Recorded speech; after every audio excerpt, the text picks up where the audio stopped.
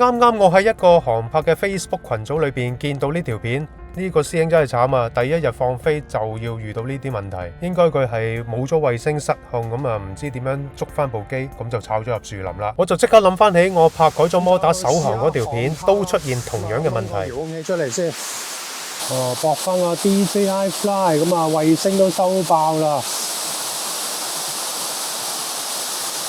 咁起飛啦。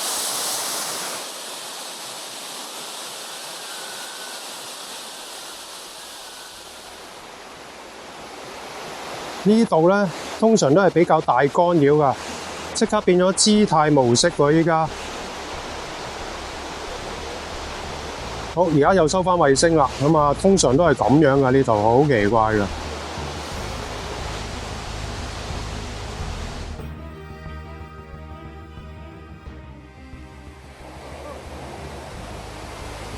好，一低啲咧，佢又冇咗衛星啊呢個位，所以咧真係要好小心啊！嗱，飄噶部機飄噶，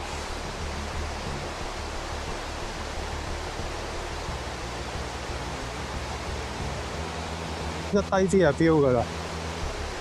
好啦，咁樣啊，翻嚟放落啦都係。Leo 嗰個收聲咧，真係麻麻地嚟㗎。係啦，當日我就唔知道部 Leo 咧，原來 firmware 方面係會改善到呢個定位問題，我就話佢收聲麻麻地啊。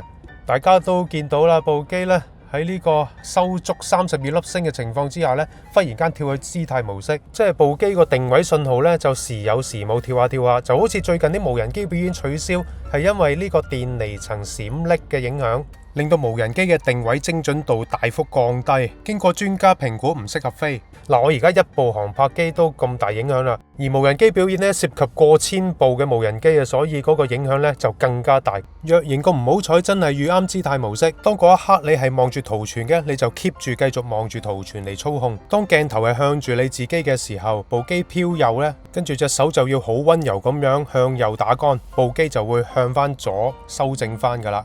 當聽到部機嘅螺旋槳聲越嚟越大聲，呢個時候就可以將個鏡頭向翻外面，令到自己可以正手操控部機，咁就可以慢慢一步一步咁樣褪後，部機就可以順順利利安全咁樣降落翻喺起飛點附近啦。好在我去考無人機進階操作證書嗰陣需要考呢個姿態模式降落，所以我先救到部機翻嚟，如果唔係應該去咗樹林噶啦。呢個固件版本 1.00.0300 啊，就聲稱可以改善到定位嘅效能。咁我而家即刻 update 下試下佢先。買咗單機版嘅都可以跟住呢個方法做嘅，唔需要遙控器嘅。咁啊，首先開着你部 Leo， 用 WiFi 連接咗 DJI Fly App 先。當 DJI Fly 偵測到有最新嘅 Leo 固件之後，就會自動下載。下載完成呢，你就撳更新嗰粒掣啦，右上角。等佢100% 之後先至好關咗個 app 啊！期間部機係會自動開關嘅，唔好理佢。最緊要千祈唔好離開個手機 app。真實嘅速度梗係冇你而家睇咁快啦。完成整個過程起碼都要等4至5分鐘。咁我就近近地拎去有繞河之稱、干擾好勁嘅城門河邊試試佢。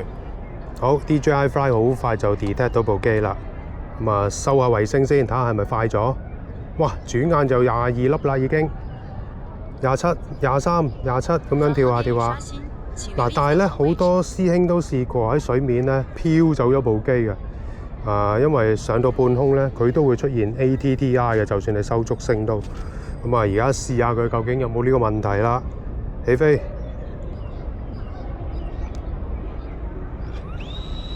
起飛。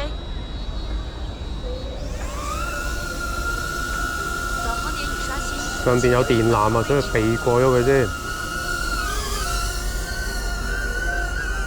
好，飛出去，我觀察下有冇呢個 ATTI 嘅現象先。我上次喺大潭都試過，哇！今日個天好靚啊！嗱，呢個可以咧向上仰角嘅個鏡頭，睇下個天。雖然有啲烏雲啊，但係低翻啲咧，又有呢個藍天白雲啊。好，運下鏡先。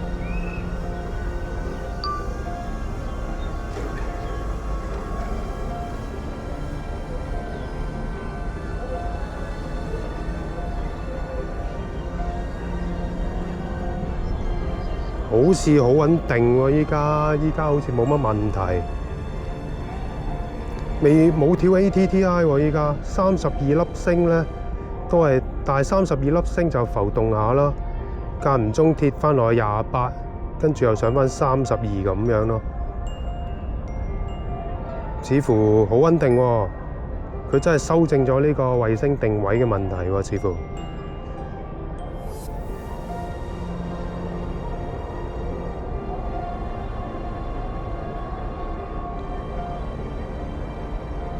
就嚟甩啦個 target。OK 喎，我覺得即係落咗呢個新嘅 firmware， 似乎飛行當中嘅定位真係穩定咗好多。好，而家距離超過100米啊，咁可以啟動自動返航啦。返航。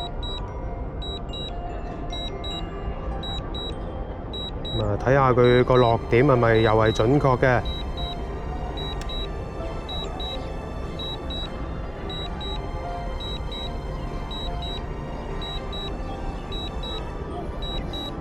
睇下個 AR 個位置先，我係咪喺呢一個位啊？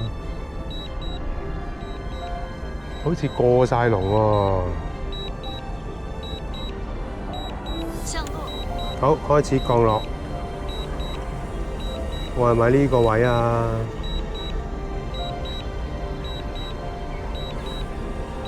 喂，去咗嗰邊喎，你睇下師傅，我喺右邊喎，取消先。喺呢邊喎，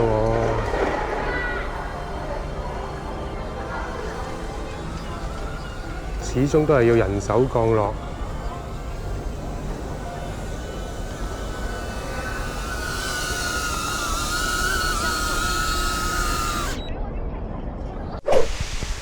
好啦，咁返嚟同一個位做測試啦，但係今日水漲，同埋都幾大風啊！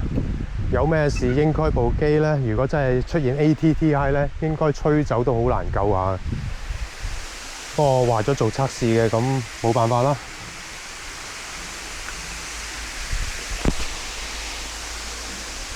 返航點已刷新，請留意返航位置。好啦，咁啊 DJI Fly 都而家收到26粒星啊，咁起飛。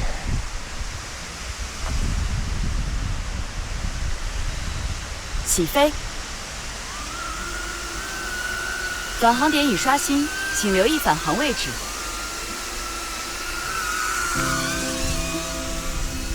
咁就睇下會唔會 ATTI 啦，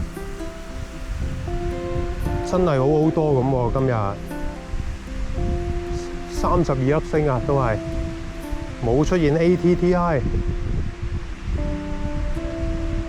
哇！今日個天仲靚過嗰日喎，原來。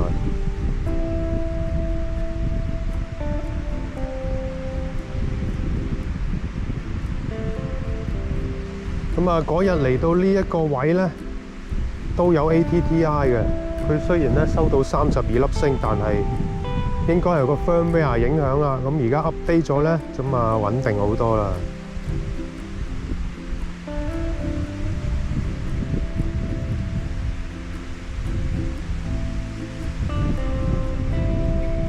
所以啊，嗰日咧，嗰位師兄啊，頭先上網睇嗰位師兄咧，如果炸咗嗰隻 Leo 喺山邊嗰度咧，咁如果佢有買 Care， 咁甚至冇買 Care 都可以同 DJI 嗰度反映翻係你個 firmware 有問題喎。嗱 update 個 firmware 之後，真係解決咗嗰個 ATTI 嘅問題，部機唔會轉咗姿態模式。好，咁而家試下降落咧，又睇下會唔會一去到低位有 ATTI 先嚇。嚟到呢度都係非常之穩定啊，冇問題。